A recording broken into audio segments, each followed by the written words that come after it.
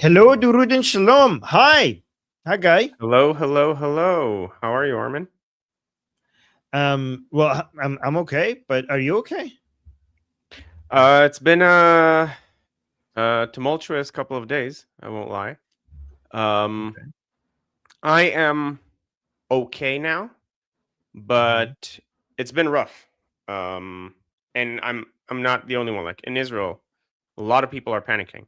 And if Mm. you're, if you made the Iranian people's goal your own personal goal, and you're like touched by that, then doubly so, because it feels as though for many of us here, and Mhm. like I'm not quite there, um, but it feels to many of us as the regime is going to, like, Trump is doing everything wrong just now. He's like either panicking or whatever, and he's actually giving the regime everything they need to stay in power. Um, That's that's what the sense in Israel is. yeah, yeah, Hmm. How and how how com- yeah. oh, ubiquitous. Everyone, like the Ev- best, yeah, the most the most on the other side take that I've seen is like it's not that bad. It's mhm. probably not going to get there's probably not going to be a final agreement, and it's not that bad. Mhm. Um, but even there, it's like Trump really wants it, but um, he's not going to be able to get it. Like despite his best efforts to appease the regime, he's not going to be able to get it. That's basically the take that I've over the last few days. Anybody defending Trump? You hear anybody defending Trump in Israel? So I hear people not defending the choice. I hear people defending Trump. Like, listen, we owe him a debt of gratitude, and look at all he's done over the last however long.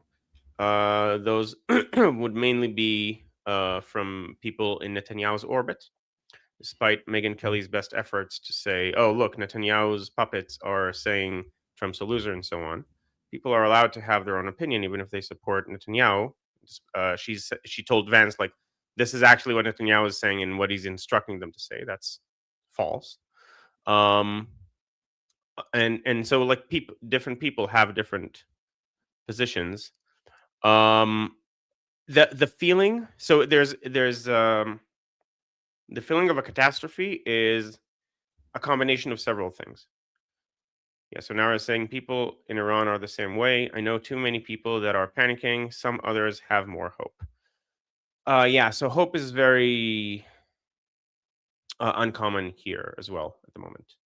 So there's a combination of factors that make some people think that Trump just flat out sold us out, us being Israel, and also the Iranian people, just because of like the way things are shaking out. So one, the MOU seems very lopsided towards Iran. The only thing they're giving up is the opening of the strait. They're getting way more than just the tit for tat opening of the blockade, which is what you would expect from a reasonable deal. They're also getting at least something about funds being unfrozen and also sanctions being waived, at least temporarily. Um, and so people then extrapolate to, okay, if this is what the MOU looks like, then the final deal is just going to be more Trump bending over backwards to appease the regime for some reason. And then people are like, okay, but why would I've seen people say none of this makes sense. I have no idea what could possibly cause this. Um, and that, in combination with the repeated comments about Lebanon, saying the things that are the absolute worst for um, Israel to hear, like for Israel to be said by a Republican president for American ears, they're also false, because not only do we strike buildings when they're unoccupied if we have to drop them, which we only have to do uh, Okay, we'll get to that. That's a different topic, but it's suffice to say for now it's false. And also saying, oh, a shower would do a better job, and he said this repeatedly. Um, Many people feel as though like Qatar paid him off or something like that. Like that's the only explanation they managed to find, and he took the money and is now capitulating and leaving the regime intact and stuff like that. Um, I'm not You want to hear? there Oh yeah, for the record. you're not there. But we're okay. I will do my best steel manning of President Trump to see what your response is to defend President Trump. But before I would go there, I want to see where you are. Like, where are you at? Okay. uh, I've seen the take. I've heard from Jeffrey, and also other places. There's a munitions problem that has to be resolved. There's an oil crisis that has to be resolved. The MOU is a necessary evil. And for some reason they wouldn't budge. Maybe because they know that they have Russia and China projecting force and forcing America to like putting America in a worse position than would look on the surface. Um, I am encouraged by JD Vance having repeatedly and unprompted mentioning stopping proxy funding as a condition. He said it in an initial interview before the MOU was released. That's what they mean by peace in the region. And he said it to CBN News, which is a pro-Israel, I think, evangelical channel. I think they're evangelical. I'm not sure, but they're definitely pro-Israel. And he said, they asked him, "Is Israel expected to leave Lebanon as part of the deal?"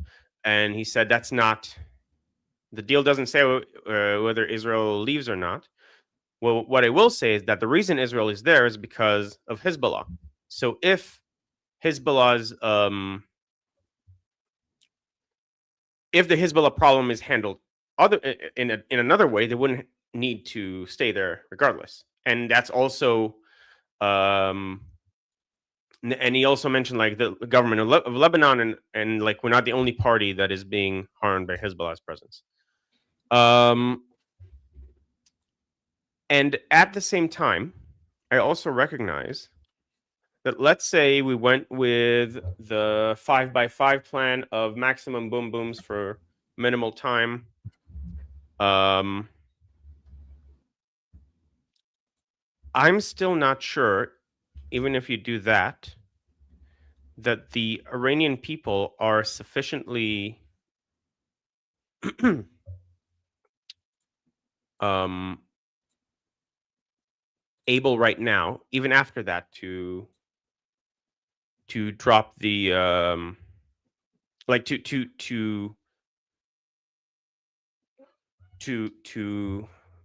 I'm looking for a specific word, to topple the regime without many casualties, which Pahlavi has stated he would like to avoid. And as a result, it might be better regardless to just wait until other plans, fall into place, until the Iranian people are better prepared, whatever that would be, whatever that would mean. And also in terms of the people are saying the 300 billion. So I know you've talked about this before, but I also want to talk to Israelis about this. The 300 billion is not the same as the Obama deal's 150 billion. They're absolutely not the same for several reasons. One, you have to compare it to the, by some estimates, almost trillion dollars of damage that has been done to the infrastructure in Iran. Like it's not this is investment by the countries that have just been bombed. Okay, we need to keep that in mind. This is investment that also has to be approved by America Okay, there's a comment here. I want to start 1 second. Okay. These are investments by the people who got bombed, approved by America in presumably uh, mainly infrastructure renovation. Infrastructure renovations does not like that's not helpful to the regime in any way. It's not like, well, okay, it saves them money that it would have otherwise had to put into infrastructure, like people say about Hamas. Because correct me if I'm wrong, Armin, but the regime has never been interested in infrastructure. Like they still work off of the infrastructure from the 70s. They have been interested in the infrastructure as a money making scheme for the IRGC. The reason why everything is so old and broken is not because they're not interested in infrastructure, is because they have monopolized the industry and destroyed competition because the IRGC makes money off of it. So, and because everything is completely command economy and centralized and with very little competition and inefficient, that's why everything stays inefficient, right? Yep. Because it's government controlled and there's lack of competition. But they are interested in infrastructure a lot because the IRGC makes a lot of money off of it. But they have all the contracts, they control all the contracts, and they make Right. a lot of money off of it. Yeah. Okay, but that would be nullified if this is private investment, right? If this is an investment fund Yep. by okay. So to the extent that the IRGC cares about infrastructure, they care about it as a way to make money in order to further project their force outwards. Therefore, this fund, as I see it, and I could be wrong here, but we'd have to wait for the details. And also, I think like the way Vance has been speaking, I'm waiting to hear him out. I heard he has a presser coming up. Yeah. And I'm actually willing to hear him out, even though I'm Team Rubio all the way. Um, and give him a chance. I don't think it's going to work. Like I don't think you're going to get the deal that Vance is hoping to get. Um, but I also thought they wouldn't release the Hamas hostages. And at the end of the day, a $300 billion investment fund is not going to make the IRGC rich overnight. Like that's not how that works. It's going to improve infrastructure, mostly for the civilians, the way I see it, and will give time for the opposition to adjust itself and put itself where it needs to be. Um, a couple more reasons that I'm not as doom and gloom as others is one, Amu Lindsay has had a long conversation with Witkoff, Lindsey Graham. and yeah, Lindsey Graham, Senator Lindsey Graham, very pro-Israel, very pro-Iranian people, probably the most outspoken senator, right? I think that's fair to say, for the Iranian people. Um, he spoke with Witkoff, had a lengthy conversation, and is now on board with the MOU. Now, it's possible that he's just afraid of pissing off Trump. Um, I'm not ruling that out. He already passed the primary, like, and he's probably going to win by a landslide in the next in the midterms. And so I think he can afford to piss off Trump for things he stands for. And there are other okay, and this actually leads me to the other reason I'm optimistic. Trump is getting skewered by a lot of people for this. And to me, it looks like he is on damage control. Like based on the statements and based on he's getting criticism from General Keane, from a lot of people on Fox, Mark Levin. I don't see, like, even if there was a plan to capitulate, I don't see how it can afford to anymore. Um, like I don't see. If he's afraid of the midterms, then he can't sign a bad deal before the midterms. So here, let me. Can I just give my steel man for President Trump, and you just tell me what you think? Okay. Yeah. So the midterms are mostly impacted. I mean, Americans obviously care a lot about national security. Okay. Um, I mean, many Americans don't connect the dots regarding how exactly the Americans are busy living their lives, so they do care a lot about national security, but the implications of each war and each conflict on their national security is not like very, very clear to, and different Americans have different interpretations. Most Americans would not want United States to have a nuclear bomb, but whether President Trump actions has has got us to a point where the Islamic Republic will not have a nuclear bomb or not is not something that they follow on a daily basis. But what they do follow on a daily basis is the price of gas at the pump and their affordability and purchasing power. That's what they follow. Like, so as much as they care about national security, polls suggest that what's undermined is mostly on a daily basis is affordability, right? Which has a more direct correlation with election results, right? So one thing we could say is President Trump needs to do what he needs to do to make sure that to do as much as possible for the midterms not to be a bloodbath against the Republicans, because even if you're disappointed with what President Trump is doing, well, he has already done more than what against the Islamic Republic, more than what any Democrat has ever done or ever will, right?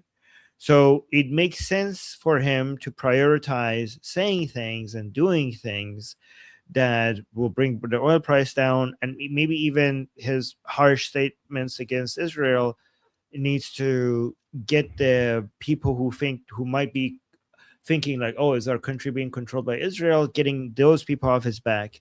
Maybe it would be good for him in the elections to for President Trump to seem like he's, behind the scene. You could see Israel's and United States army is getting more and more integrated. So that's what the reality is. So him saying that at least will get some of the people.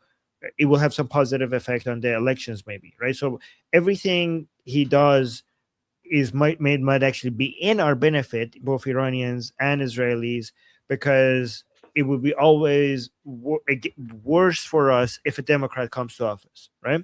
That's one. Two, there's nothing that is really binding the Americans. This MOU is not a deal. And even if it was a deal, it's not going to bind the Americans to hold back or not do anything, right? This MOU is designed in a way. Okay, be careful not to touch the mic like that's Yeah. the Yeah. lamp. Yeah, yeah. What was I saying? So this MOU is designed. So Ghalibaf is basically selling out the rest of the Islamic Republic, and the Americans are getting so much damage on different segments of the Islamic Republic through Ghalibaf, more than what they could have ever achieved through military operations. This guy is selling everyone out. He's making the IRGC weaker, the Supreme Leadership weaker, and all that for a very cheap price of an MOU that we could try to save face. So whatever you need to write in that MOU for this guy to be able to say, like, guys, look, this is not that bad. Just give him that for his PR agenda, because he's basically giving the Americans so much, right? And also, people are keep treating this like if it's a deal. It's not a deal. This is an MOU, and we are not even at all close to a deal. And we should be judging everything based on what happens rather than anything that is getting signed. Also, two other defense of United States actions could be that uh, it's easy to destroy so many things of the Islamic Republic. It's not easy to destroy their suppressing capability, even if you keep bombing things, right? So with all these bombardments, the conditions for an uprising is not there yet, even with all the destruction against the Islamic Republic. And maybe the conditions for a final uprising of the Islamic Republic can actually be done by weakening the IRGC through Ghalibaf and through also supporting the private sector. That's how you weaken the IRGC to the point where the Iranian people could have their uprising. And this might take a longer time, but it's the only way. Also, no amount of bombardments and military operations will be able to give you an efficient way to go and get the uranium out in a forceful way. this negotiations and ceasefire and the MOU and all of that is the only shot that Americans have to go get the enriched uranium out without putting American soldiers at so much risk. So these are all the list of defenses that I had for United States. What do you think? And also, Um, then after this, let's go to the comment. Let me know what you think, and yeah. then after that, let's go to the. Yeah. So, oh, and by the way, everyone, we're going to be short today. Armin has an interview in 40 minutes. Um, I don't think I'll have time to stay alone. I might have for a bit. We'll see. So just a heads up. Yeah, you could. Yeah, you could stay a little bit, or as long as you want. After I go, you could keep talking to the chat if you want. If you Yeah, want. yeah. It's about other things. Um, okay, so a couple things about that. First of all, so now I'm gonna go back into what I started saying about Lebanon. Israel does not actually drop whole buildings wholesale because there's Hezbollah operative in them.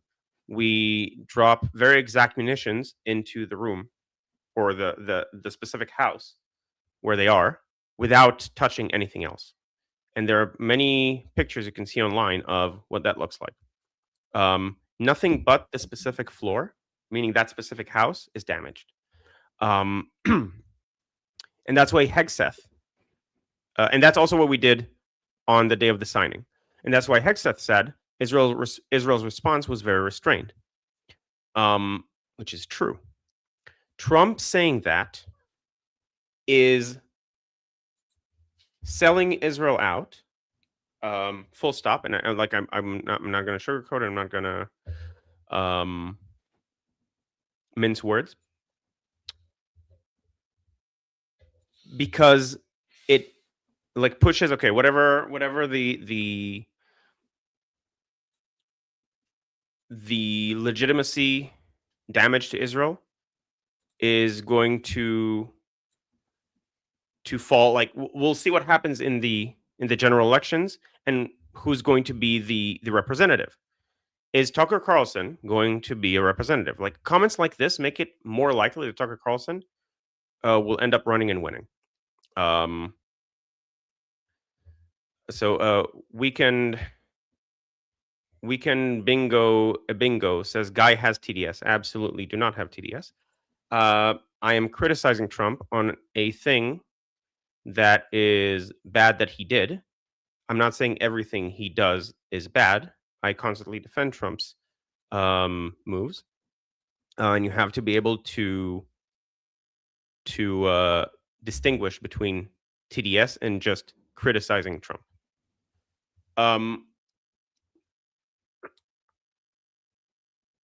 And it's also not helpful to him because, well, if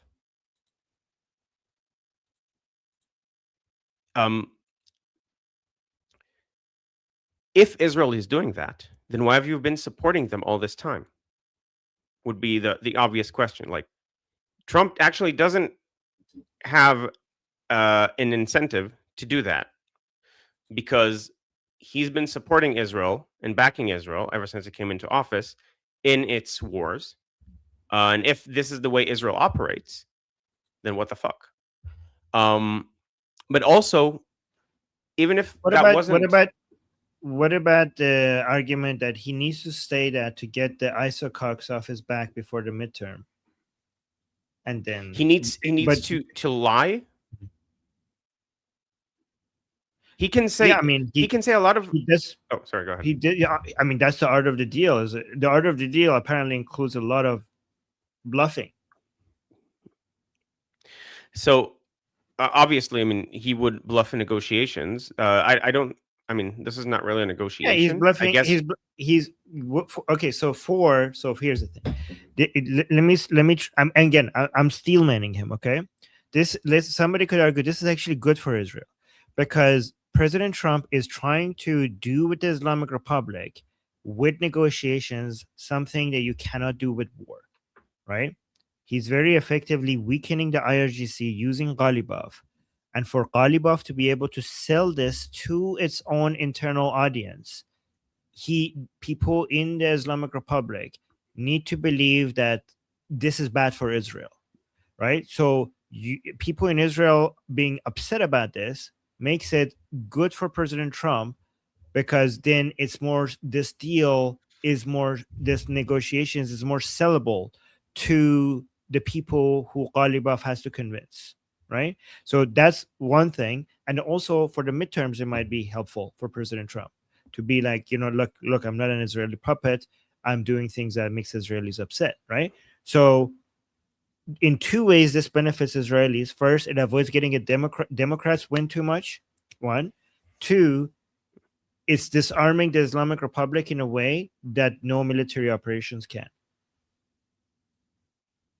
So here's I agree with that sentiment. I think it's great for Trump to criticize Netanyahu and to say I disagree with him here.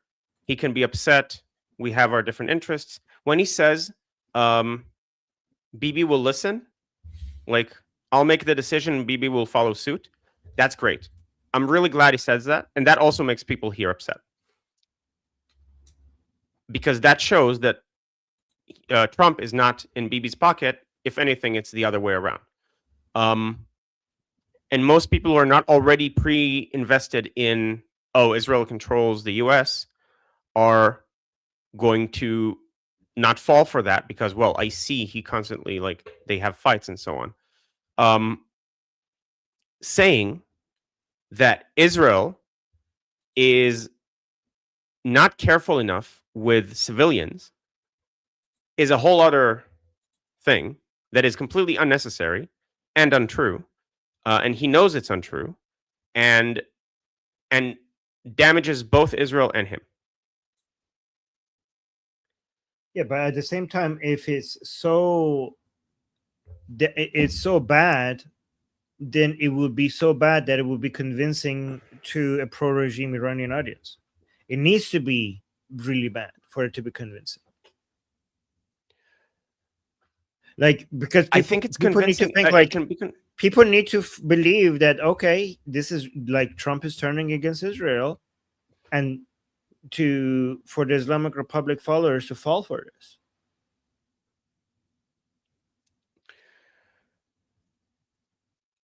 I think it just makes it worse, because if you know this, then it's like, oh, I knew this. Now you're saying it. You're even admitting it. You're admitting that you have been helping a regime that does this, that kills civilians, and is way too. Nobody cares. Nobody cares. Like, nobody's gonna come. Like, nobody's. People attack Israel for killing civilians. They're not gonna be like, oh, they're not. Nobody gonna be like that. Not that many people are gonna be like, well, but then why did you support them? Like, people don't connect the dots like that. No, the people who say that Trump is a Netanyahu puppet, this, if anything, this kind of statement would at least say, oh, then you were their puppet up until now because you knew this and you kept supporting them. But those are And already lost people. Those are already like, who gives a shit? Those are people are already against us. Like the people who are anti-Israeli, them having more ammunition. Like, it's not like we're losing anybody that we cared about.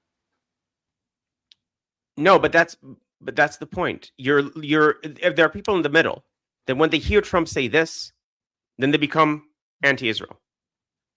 When they hear Trump say Netanyahu's a bitch in so many terms, in so many words. True. That's I accept that. That hurts Israel because your public image matters, especially in the United States. But I think that if Trump is successful with disarming the Islamic Republic with the negotiations, the benefit to Israel from that outweighs the cost. Yes, but right now people, we'll believe it when we'll see it after the way the MOU looks. Yeah, but maybe it's good that it's good. Maybe it's good for Israelis to be able to show Israelis are upset, so that the pro-regime Iranians, at least a good portion of them, fall for the idea that this is in their benefit. And again, so I agree with that as a principle. I think the way to do that is not to delegitimize Israel in the eyes of people who are on the fence. You can legitimize Israel. What if that's the only way? What if that's the only way? Like, you have to go. I think the burden of proof is on you to show that that's the only way, and that other ways aren't good enough. To me, I don't see a Well, reason I'm to not. to No, think no. that. The burden of proof is not on me because I'm not claiming that this is the case. I'm claiming that this is one of the options that could exist. So okay, so So, so so if I was making this is if I was saying that this is what's happening, then the burden of proof would be on me. But I'm saying if I'm saying that this is not impossible and should be considered as an option, then the burden of proof is not on me. um yeah, so I would say okay, maybe it's an option. I don't see So, a so good reason to Javid think saying it is. Armin is now defend. So somebody Javid is saying Armin is now defending Trump's comment on Israel. Guys, I'm still manning. I'm just trying to. I'm not saying what I'm saying is correct. I'm just guy is saying something. I am pushing back against it. I am steel manning Trump for the sake of steel manning Trump. I think everybody needs to be able to steelman all the positions in this argument. You should be able to effectively steelman it, especially if you're talking if Guy had the opposite view. If Guy, for example, right now was defending President Trump, then I would be steelmanning arguments against President Trump. But go on, sorry, Guy. Yeah. So what we're doing is just an exercise, a hypothetical. I've heard Armin be at least as decisive against this as I am now, and actually probably more so, in terms of like the level of emotions. He's just playing devil's advocate. Um, yeah. Okay, so I think we should start going through the start comments. So we have some new members for your channel. So Oh, Benita thank you. Sarah Summers just became a member. Thank you for becoming Thank a you. member, Thank you. Benita. Same Thank with you. Yashat, Yashat Ra, and KPG 484. Thank you. Yes, thank you. And then Eamon USA said, speaking as an American, I would not overthink Trump's comments about Israel. On an instinctive level, they are throwaway comments that are rhetorical but not literal, but it's worth discussing. That's the problem. And this is not the first time Trump has done this. They are throwaway comments to him, and they are rhetorical to him, but the damage they do to the perception of Israel in America is huge. And so he should think about what he says more. And I mean that's a character quirk of Trump. He says stuff with very little filter, and then he says a bunch of stuff, and then you don't know which of it to believe in, so it's confusing. Like some of it is a tactic, but just that's his rhetorical style. So Rafi, I we do agree see with your you. super chat. We're getting to it. Rafi saying, "Can you Yeah, can't see my super chat?" Rafi, we're getting to it. But yeah, go on. we'll get. Yeah, we're going through the super chats now.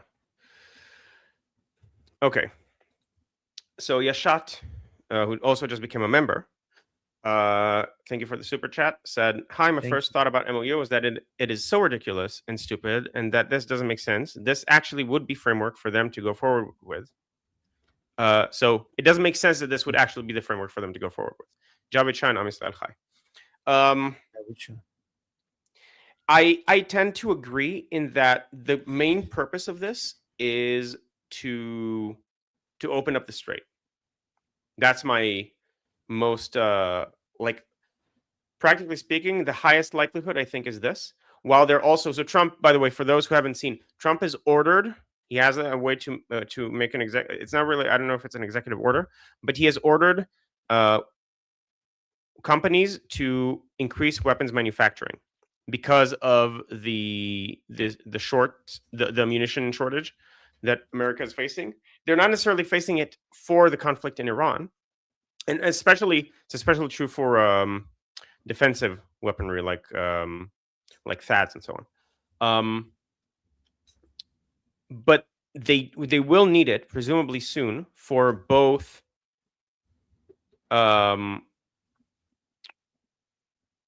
China, which is going slowly trying to encroach on Taiwan, and Russia, that for if Putin was to try to save himself, would have to invade another country because he's not successful in Ukraine. He'd have to go some other place like Poland, and then you would need America to defend against that.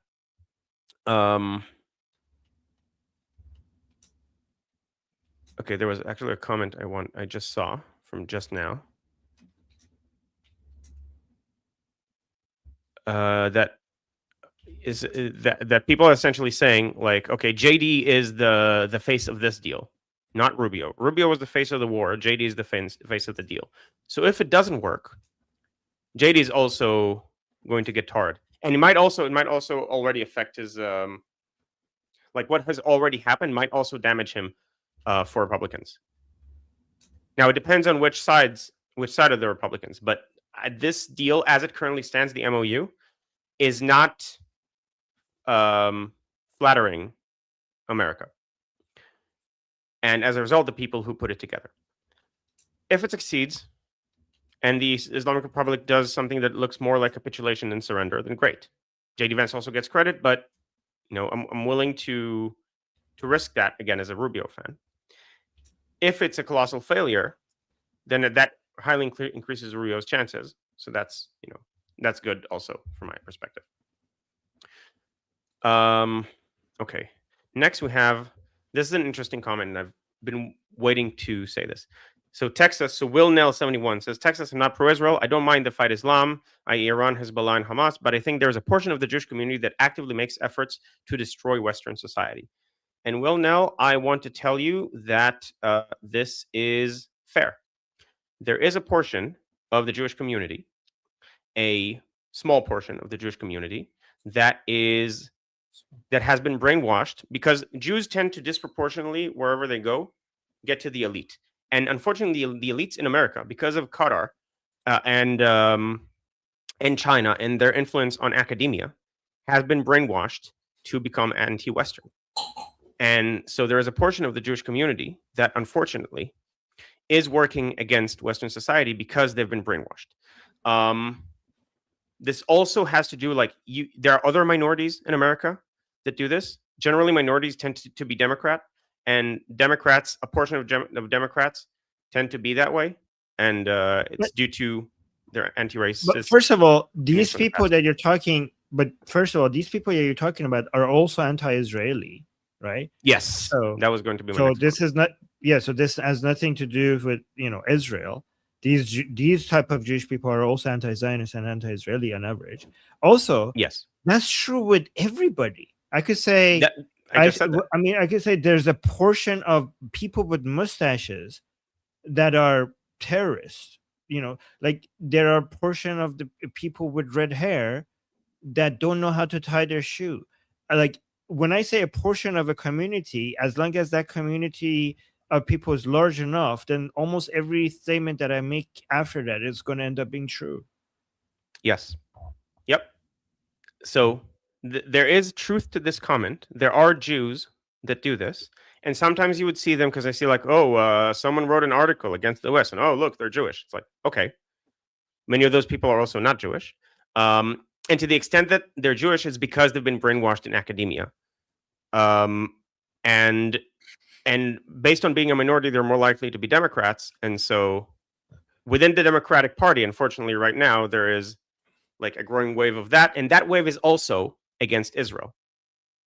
But it's like the amount of people who are against Western society and against Israel that are Jewish is like a circle. That the Venn diagram.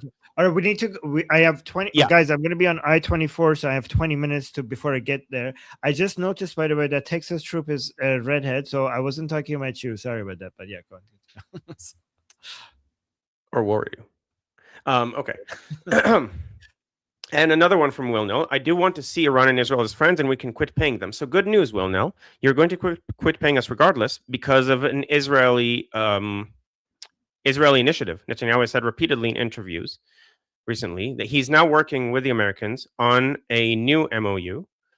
And this new MOU, so not like the Iranian MOU. Israel has a memorandum of understanding with America, wherein America pays Israel a few $1 billion a year. That is less than 1% of Israel's GDP. And in exchange, Israel pays America back most of that to buy weaponry from America. And so this is, in effect, a subsidy to American companies, except also Israel offers like R&D R&D improvements to the weaponry. They test it out on the battlefield. They come back with notes, and so America improves it, and then they can sell it way better to the rest of the world. So it gives them a competitive edge. And because this is technically called a handout, it's going to change. And it's just going to be co-development. So Israel has amazing innovation in every field, including weaponry. Israel is now a leading developer of weaponry, especially defensive systems, because Israel has to constantly defend itself.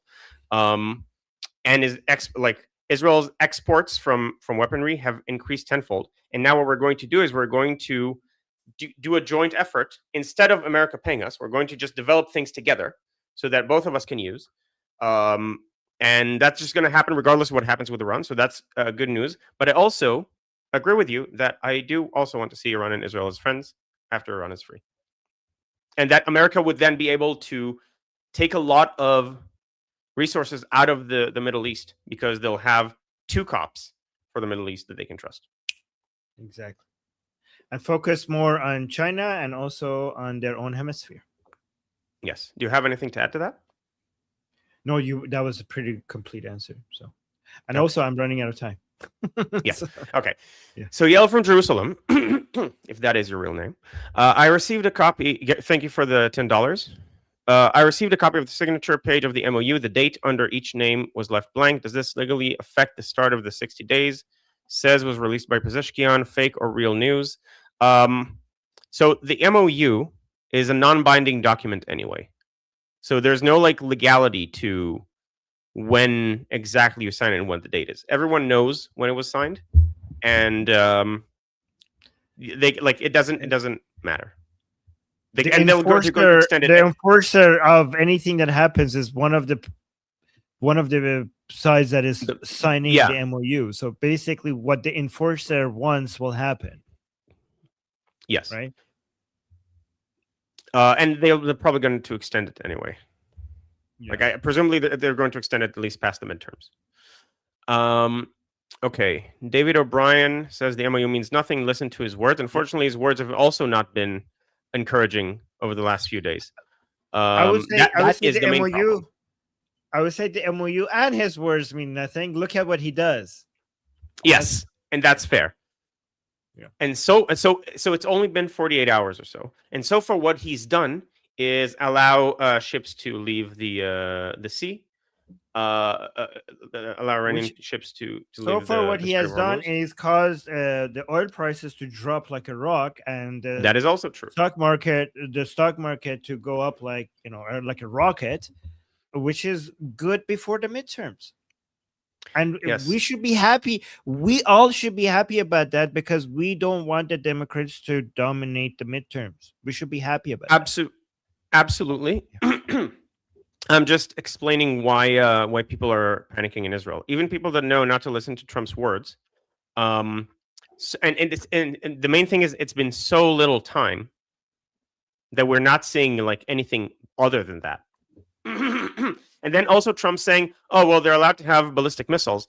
All of this sounds like capitulation. Now, I understand there's a very good case to be made for why he would say that if he wants the MOU to succeed and succeed in the sense of opening the strait, not succeed in the sense of getting to a deal. If you want to clear the strait, the 2,000 or so ships loaded with resources that are there, you're rhetorically going to do what you have to. We should go through the yeah. Yes. Okay. Javid Shafri Run 2026 says, I'm back. Where's Israel in the deal? So Israel is not officially part of the deal. The RGC is trying to claim that Israel needs to leave Lebanon.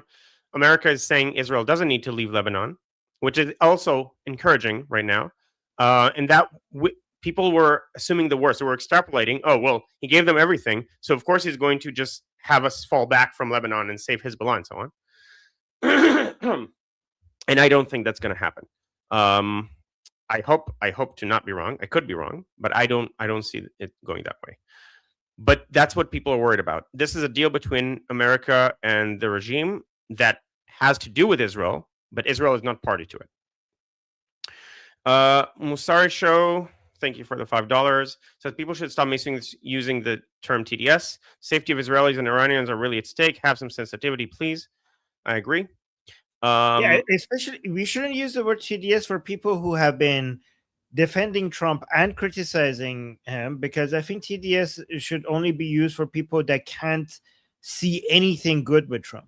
If somebody Yes. has praised Trump and criticized him, then obviously they don't have TDS, Yes. right? And it's the biggest giveaway for TDS to me is whether they criticize something that, had it been like Obama doing it, they would have praised it. Because then it's not about the action. It's about, okay, Trump did it, therefore it's bad. Okay.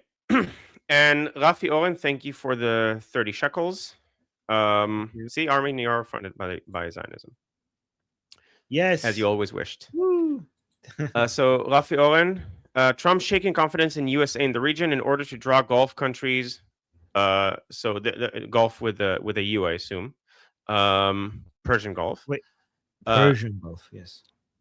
to alliance with Israel. That will be very lucrative to USA and focus on China. It must be with deception. Iran is next. I'm not sure what you mean by Iran is next, but I don't think he's shaking confidence on purpose. I think the practical outcome is that there is like the Gulf countries are becoming more trusting of Israel. And last That's one, actually a very good point. That's a very good point. Okay, but yeah, last one.